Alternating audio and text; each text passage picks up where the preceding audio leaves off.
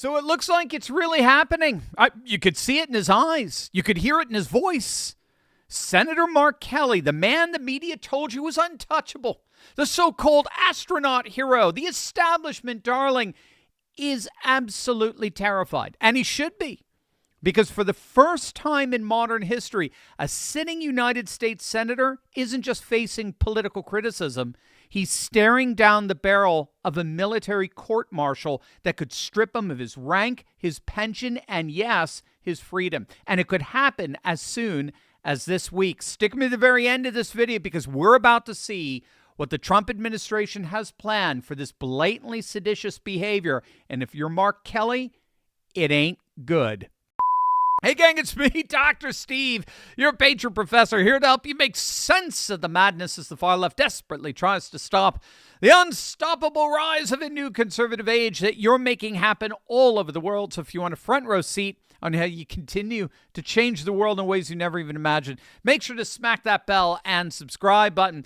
The Walz appear to be closing in on Senator Mark Kelly, as I'm sure you're all well aware. Kelly was one of the infamous seditious six Senate and congressional Democrats with military and intelligence backgrounds who appeared in a video that openly exhorted, it encouraged members of the military and intelligence community to defy President Trump and disobey what they called illegal orders, even though not a single one of them could name a single order from Trump that was, in fact, illegal. But that didn't stop these six Democrats from all saying the exact same thing. The commander-in-chief is out of control, and you, the members of the military and our intelligence agencies, you not only can refuse illegal orders, it is your duty. You must. It is your obligation to disobey illegal orders. Now, it was a shocking video, and it's been widely denounced, most vociferously, of course, by President Trump himself, who openly called for each one of these Democrats to face military tribunals for their blatantly traitorous and seditious behavior. Well, as it turns out, that's precisely what looks to be the case for at least one of them, and that's Senator Mark Kelly. Now, if you don't know, Kelly is the only one of the seditious six subject to military discipline because he's the only military retiree receiving a pension among them. So under Article 2 of the Uniform Code of Military Justice, retired members of a regular component of the armed forces who are entitled to pay, in other words, a pension, remain subject to military law and court-martial jurisdictions. Mark Kelly's a retired U.S. Navy captain, served 25 years, currently draws a pension. That subjects him to military discipline, and that's exactly what we're seeing unfold right before our very eyes. So you're correct. The Department of War received serious allegations of misconduct against Senator Mark Kelly, and in accordance with the Uniform Code of Military Justice and other applicable recommendations and regulations, we're doing a thorough review of all of these allegations. And the Secretary of War has tasked the Secretary of the Navy, John Phelan, with doing a thorough review, looking into all of these allegations and providing him an update on December 10th.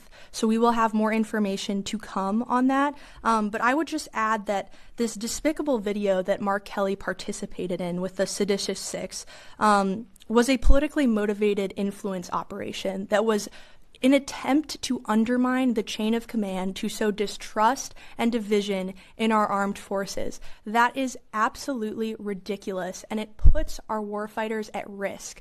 And again, he doubled down on the Sunday shows. I don't know if you all saw him on the Sunday shows, but he basically insinuated that service members who do not defy President Trump's orders could face potential prosecution in the future when Democrats are back in power. He even called our troops and likened them to those of the Russian military. This is totally disgraceful from an elected official, and the department takes it very seriously, and that is why we have launched this review.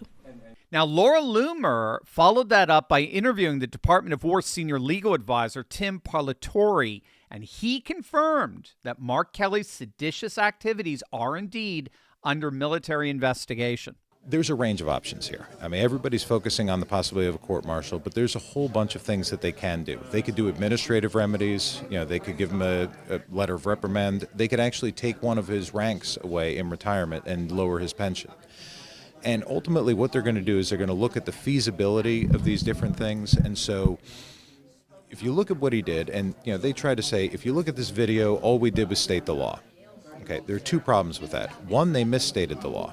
The law is not that you have duty to disobey unlawful orders, manifestly unlawful orders, orders that are clearly illegal to everybody who hears them.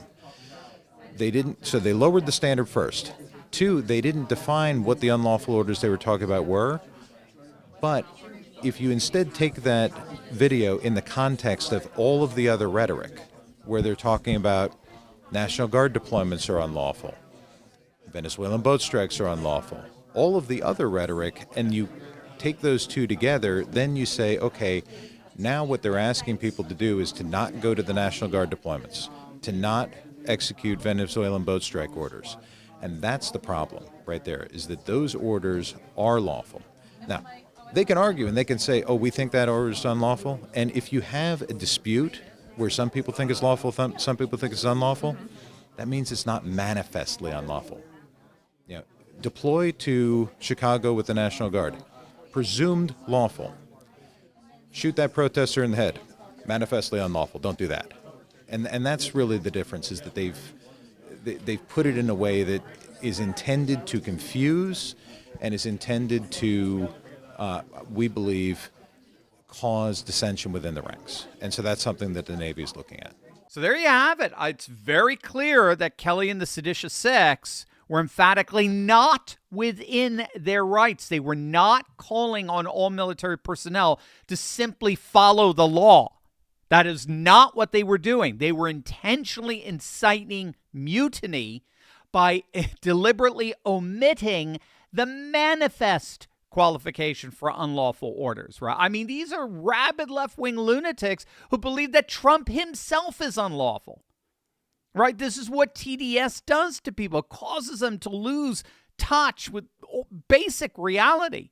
And Mark Kelly and the Seditious Six did just that. And at least when it comes to Kelly, they're now in a heap of trouble. And make no mistake, this is a nightmare scenario for the deep state. They thought they could use their military credentials as a shield while they sabotaged the commander-in-chief. They thought the rules didn't apply to them. They thought they were safe. But now they're starting to realize that a new sheriff's in town and the old double standard rules no longer apply to them. And you can hear the reality of that in the trembling voice of Kelly himself when he was just on live TV. Wait until you see this. If you're looking for a place where you can speak freely, connect with fellow patriots, and be encouraged every single week, you got to check out the Courageous Patriot Club. It's more than a membership. It's a family. And to give you a glimpse of what it's like, I've opened up one of our most popular features, exclusive for our club, Turley Walks. Head on over to turley.pub/Turley Walks to watch a free preview. It's quick, it's uplifting, and it's the perfect first step into a community built on faith, freedom, and hope. Senator, I'm wondering if, back to your potential court-martialing that is scheduled for this week, is there any conversation amongst you and the other lawmakers who participated in this video about suing the administration back? We had Eric Swalwell on last week, who has taken action against Bill Pulte and the Federal Housing Finance Agency and is suing them on the basis of violation of the Privacy Act and First Amendment rights. Is this something that's under discussion when you say that the administration wants to silence you and you're not going to be silenced? Well, they're clearly in violation of my First Amendment rights. I said something, that was lawful. It was pretty simple. It was a message that I felt members of the military at this time, when you consider who this president is and who the Secretary of Defense is, they needed to hear, this pretty basic message. And there wasn't anything wrong with it. I didn't expect this response from the president. But he's trying to silence me, but he's not silencing me. I'm still speaking out. I still am going to do my job every single day, regardless of whether this president wants to kill me, hang me, execute me, or shut me up. I'm not going to shut up.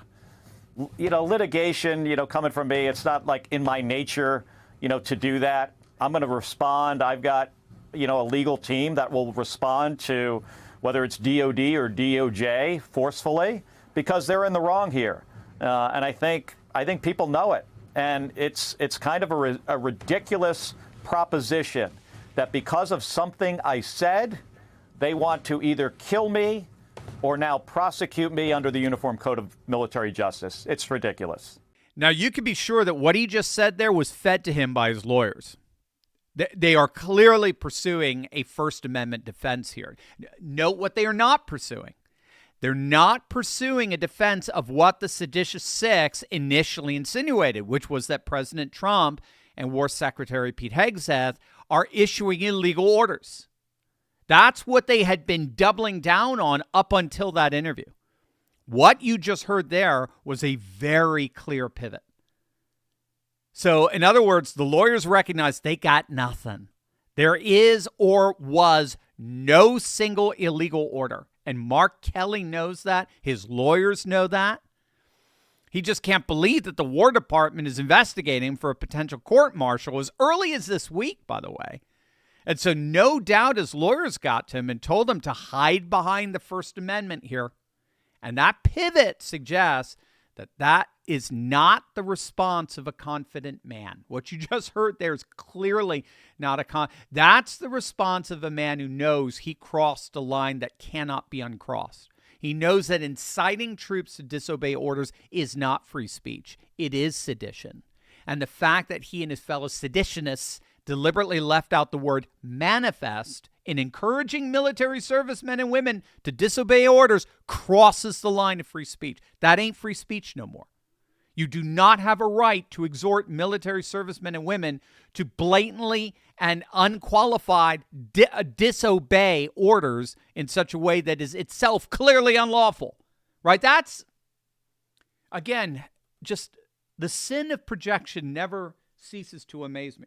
That is the irony in all of this. The only unlawful orders in this whole absurd mess were the ones being issued by the seditious six.